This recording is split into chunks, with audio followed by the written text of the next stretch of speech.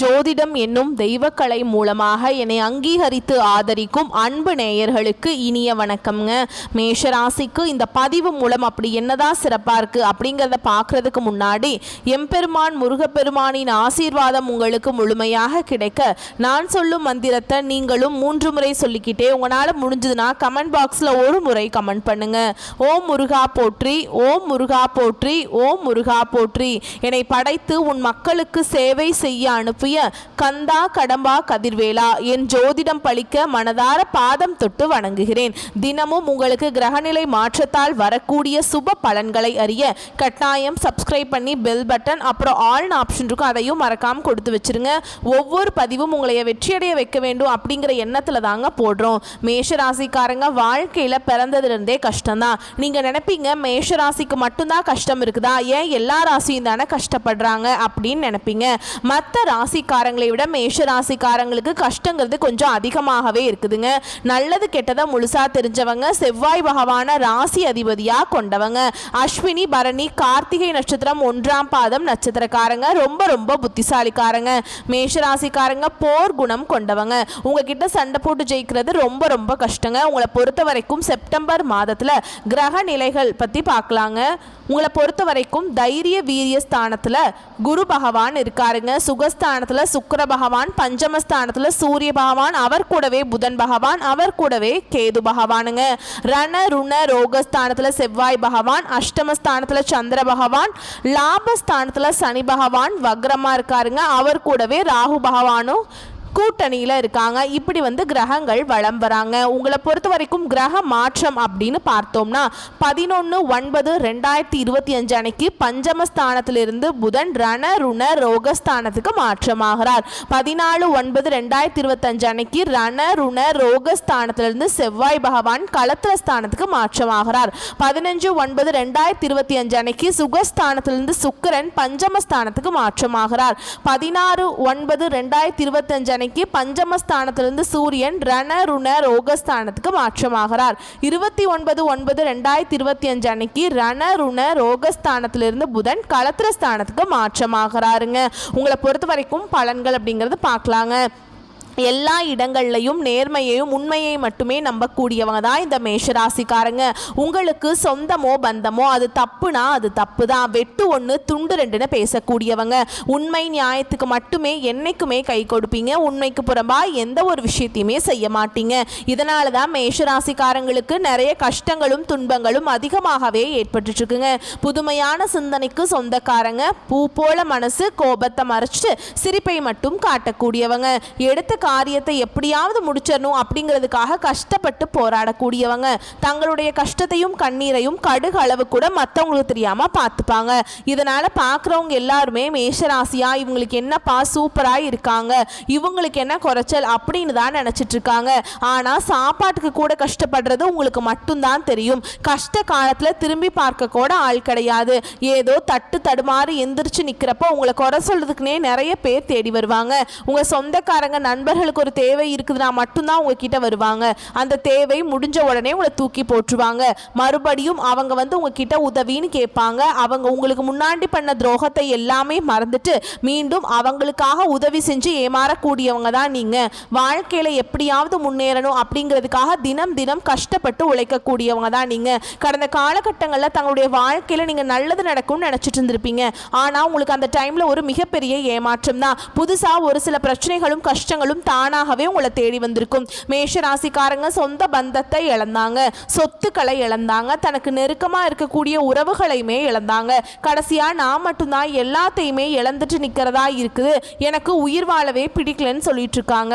இதுக்கு மேல என்னால வாழவே முடியல சாமி, தயவு செஞ்சு என்னை உன் கூடையே கூட்டிட்டு போயிரு. நான் இவ்வளவு கஷ்டப்பட்டதுக்கு அப்புறம் எனக்கு வாழ்க்கையில் வாழணுங்கிற எண்ணம் சுத்தமாகவே போயிருச்சு. உங்கள் மனசில் கவலையும் துன்பமும் தாங்க அதிகமாகவே இருக்குதுங்க. நீங்கள் செய்யக்கூடிய ஒவ்வொரு விஷயத்தையுமே தடுப்பதற்கும் உங்களை அவமானப்படுத்துவதற்கும் இங்கே நிறைய நபர்கள் முயற்சி பண்ணிட்டு இருக்காங்க. இது எல்லாமே தெரிஞ்சுமே கூட நீங்கள் என்னமோ பண்ணுங்க எனக்கு என்ன வந்துச்சு அப்படின்னு தன்னுடைய வேலையில் மட்டும் என்னைக்குமே குறிக்கோளாக இருக்கிறவங்க தான் நீங்கள். ஏன் எனக்கு மட்டும் ஏன் இவ்வளவு கஷ்டம் வருது, என்னோட வாழ்க்கையில் நான் யாருக்குமே கெடுதலையோ கஷ்டத்தையோ துன்பத்தையோ கொடுத்ததில்லை, எனக்கு மட்டும் ஏன் இந்த இந்த மாதிரி எல்லாமே நடந்துட்டு இருக்கு அப்படின்னு தான் நிறைய நபர்கள் சொல்லிட்டு இருக்கீங்க. மேஷராசிக்காரங்களுக்கு பிரச்சனைங்கிறது வரும், அது கொஞ்ச நாள் இருக்கும், அதுக்கப்புறம் இந்த பிரச்சனை போயிடும். இந்த மாதிரி பிரச்சனை வரும் போகும் அப்படிங்கிற நிலைமையில தான் நிறைய நபர்கள் வாழ்ந்துட்டு இருக்கீங்க. நீங்க என்னதான் பிரச்சனையை தவிர்த்தாலும் ஏதாவது ஒரு சூழல்ல உங்களை நோக்கி பிரச்சனை வந்துகிட்டு தாங்க இருக்கு. ஆனா இனி வரக்கூடிய நாட்கள்ல உங்களுக்கு இன்பத்தையும் மகிழ்ச்சியையும் தரக்கூடிய ஒரு காலகட்டமாகவே அமைஞ்சிருக்குது. இப்ப பாத்தீங்கன்னா உங்களுக்கு 7.5 சனியானது நடந்துட்டு இருக்கு. 7.5 சனியானது மார்ச் மாதத்துல தொடங்கி இன்னொரு கொஞ்ச நாட்களுக்கு உங்களுடைய 7.5 சனியோட தாக்கம் அப்படிங்கிறது கொஞ்சம் அதிகமாகவே இருக்குதுங்க. இருந்தாலுமே கூட இந்த இடைப்பட்ட நாட்கள்ல உங்களுக்கு நல்ல ஒரு மாறுதலை தரக்கூடிய கிரக மாற்றங்கள் மூலமாக நல்ல ஒரு பலன்கள் அப்படிங்கிறது நிச்சயமா கிடைக்க போகுதுங்க. அதாவது பாத்தீங்கன்னா இப்ப உங்களுடைய சனி பகவானுடைய வக்ர பயிற்சியானது ஸ்டார்ட் ஆயிடுச்சு. எல்லாருக்கும் ஒரு சில சந்தேகம் இருக்கும், சனி பயிற்சி தெரியும், அது என்ன சனி பகவானுடைய வக்ர பயிற்சி அப்படிங்கிறதுன்னு சொல்லுவீங்க. அதாவது பாத்தீங்கன்னா சனி பகவான் கும்ப ராசியிலிருந்து மீன ராசிக்கு போய்தான் உங்களுக்கு 7.5 சனி அப்படிங்கிறது ஆரம்பிச்சிருக்குதுங்க. அந்த மீன ராசியிலிருந்து பாத்தீங்கன்னா சனி பகவான் உங்களுக்கு அங்கேயே வக்ர நிவர்த்தி ஆகிறார். அதாவது என்ன அப்படின்னு பாத்தீங்கன்னா அந்த டைம்ல பாத்தீங்கன்னா மைனஸாக செயல்பட்டு கொண்டிருந்த சனி பகவான் உங்க வாழ்க்கையில இனி வரக்கூடிய ஒரு 5-6 மாதங்களுக்கு முழுவதுமே பிளஸ் ஆக செயல்பட போறாருங்க. இதன் மூலமாக வரக்கூடிய ஒரு 5-6 மாதங்களை பொறுத்த வரைக்கும் இது நாள் வரைக்கும் உங்க வாழ்க்கையில நீங்க எதையெல்லாமே இழந்துட்டு கஷ்டப்படுறீங்களோ அது அனைத்தும் பெறக்கூடிய ஒரு காலகட்டமாகவே வரக்கூடிய நாட்கள் அப்படிங்கிறது பார்க்கப்படுதுங்க. உங்களுக்கு சுக்கிர பயிற்சியும் ஸ்டார்ட் ஆயிடுச்சு. சுக்கிர பயிற்சியானது பாத்தீங்கன்னா பொது பலன்களாகவே பார்க்கப்படுது.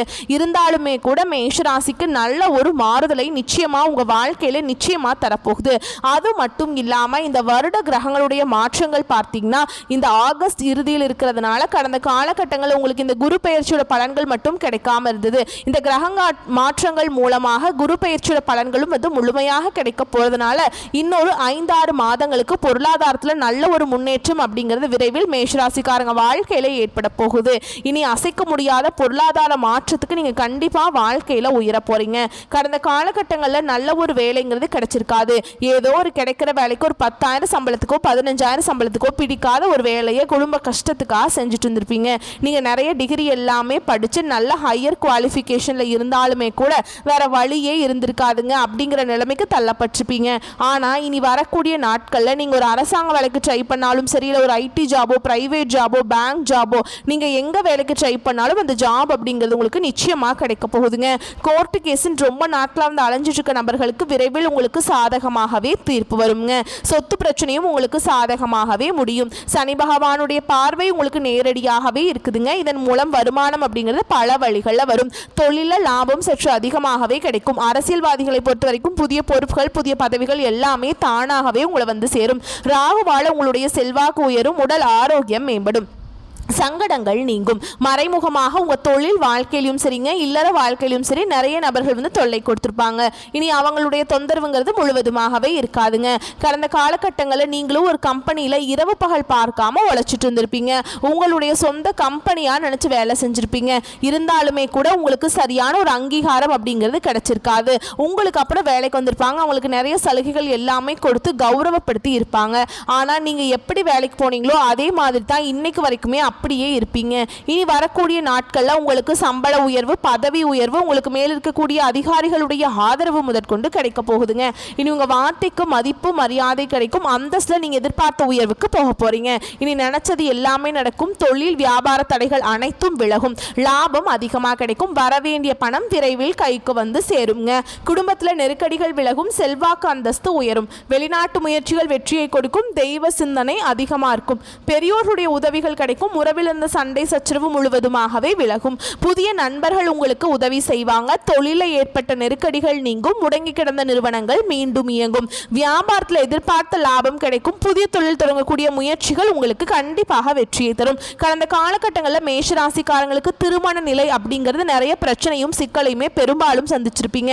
இதில் குறிப்பாக பார்த்தீங்கன்னா பெண்களுக்கு ஏதாவது ஒரு வகையில் திருமணம் அப்படிங்கிறது அடைஞ்சிருதுங்க.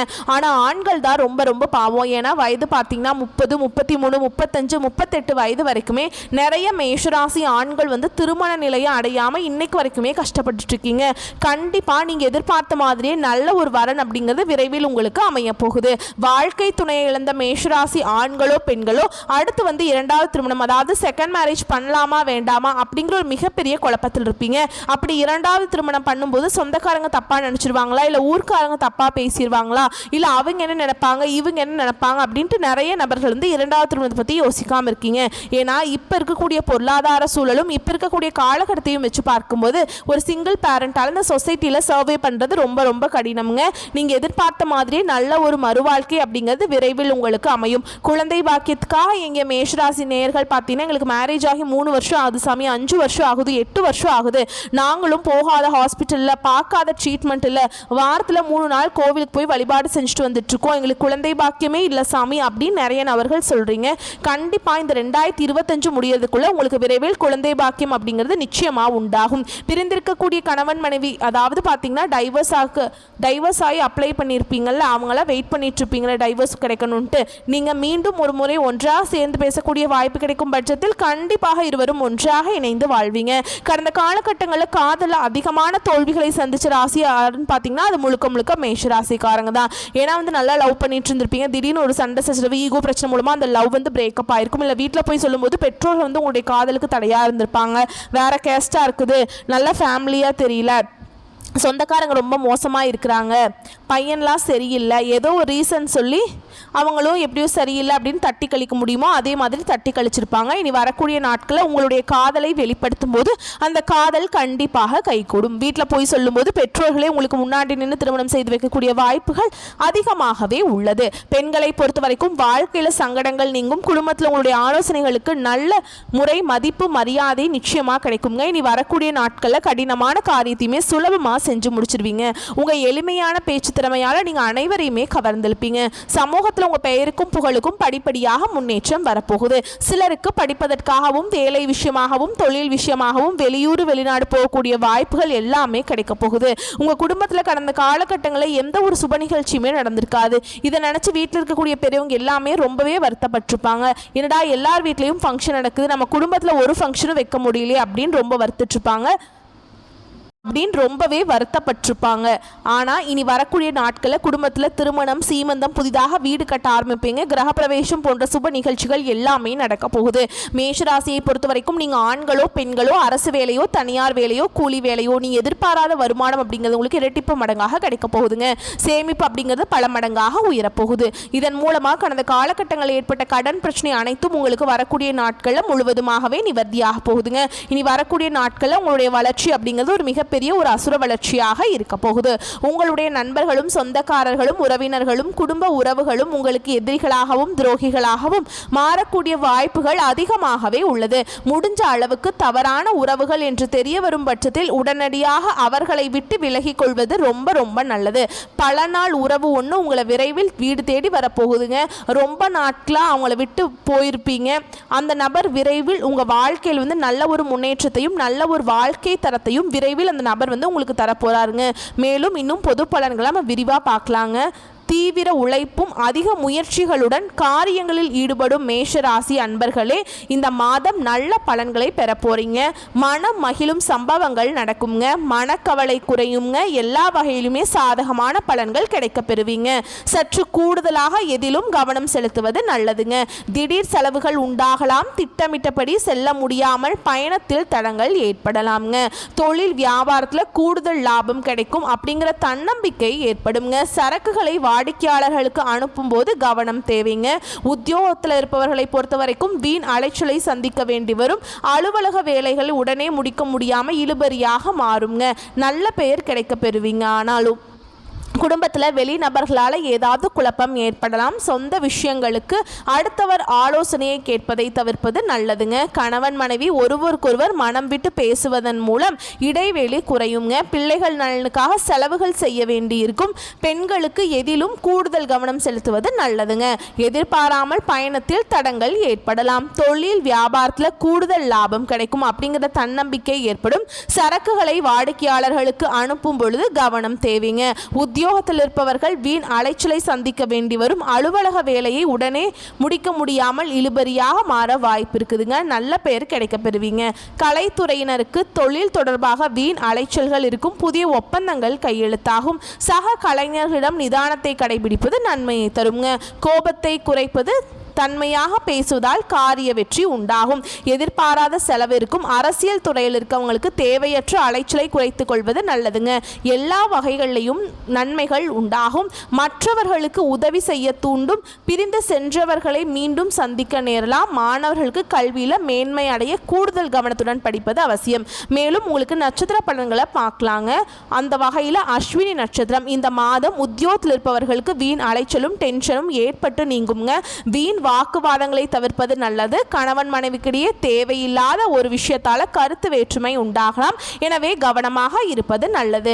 பிள்ளைகளால் திடீர் செலவுகள் உண்டாகலாம். அடுத்ததா பரணி நட்சத்திரம். உங்களை பொறுத்த வரைக்கும் இந்த மாதம் யாரையும் எதிர்த்து கொள்ளாமல் அனுசரித்து செல்வது நன்மையை தரும்.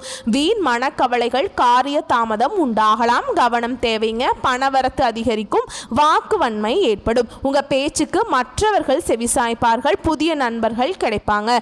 தொலை தூரத்தில் இருந்து நல்ல தகவல்கள் வந்து சேருங்க. அடுத்ததா கார்த்திகை நட்சத்திரம் 1ஆம் பாதம். உங்களை பொறுத்த வரைக்கும் இந்த மாதம் தொழில் வியாபாரத்தில் முன்னேற்றம் காணப்படும். லாபம் கூடுங்க. பழைய பாக்கிகள் வசூலாகும். வியாபாரம் தொழில் தொடர்பான கடித போக்குவரத்து சாதகமான பலன்களை தருங்க. புதிய ஆர்டர்கள் கிடைக்க பெறுவீங்க. பணியாளர்கள் மூலம் நன்மைகள் உண்டாகும். உத்தியோகத்தில் இருப்பவர்கள் திறமையாக எதையும் செய்து முடித்து பாராட்டு பெறுவீங்க. கௌரவம் கூடும். நிலுவை தொகை வந்து சேரும். பதவி உயர்வு கிடைக்கலாமுங்க. உங்களை பொறுத்த வரைக்கும் பரிகாரம் அப்படின்னு பார்த்தோம்னா செவ்வாய்க்கிழமைகளில் நவ கிரகத்தில் வீற்றிருக்கக்கூடிய செவ்வாய் பகவானுக்கு அர்ச்சனை செய்து தீபமேற்றி வணங்குவது வாழ்க்கையில் முன்னேற்றத்தை ஏற்படுத்தி கொடுக்குங்க. உங்களை பொறுத்த வரைக்கும் அதிர்ஷ்டமான கிழமைகள் அப்படின்னு பார்த்தோம்னா ஞாயிறு, செவ்வாய், வெள்ளிங்க. உங்களை பொறுத்த வரைக்கும் சந்திராஷ்டமம் தினங்கள் அப்படின்னு பார்த்தோம்னா செப்டம்பர் 1, 27, 28 இந்த நாட்களில் எங்கும் கவனம், எதிலும் கவனம்ங்க. உங்களை பொறுத்த வரைக்கும் அதிர்ஷ்டமான தினங்கள் அப்படின்னு பார்த்தோம்னா செப்டம்பர் மாதம் 19, 20, 21 இந்த நாட்களை சுபகாரியங்கள் செய்ய பயன்படுத்திக்கோங்க. இந்த நாட்களில் நீங்கள் எந்த காரியங்கள் செய்தாலும் அது நன்மைகளை கொண்டு முடியுங்க. வரக்கூடிய வாய்ப்புகளை மட்டும் கரெக்டாக பயன்படுத்திக்கோங்க. வாழ்த்துக்கள். நன்றி, வணக்கம்.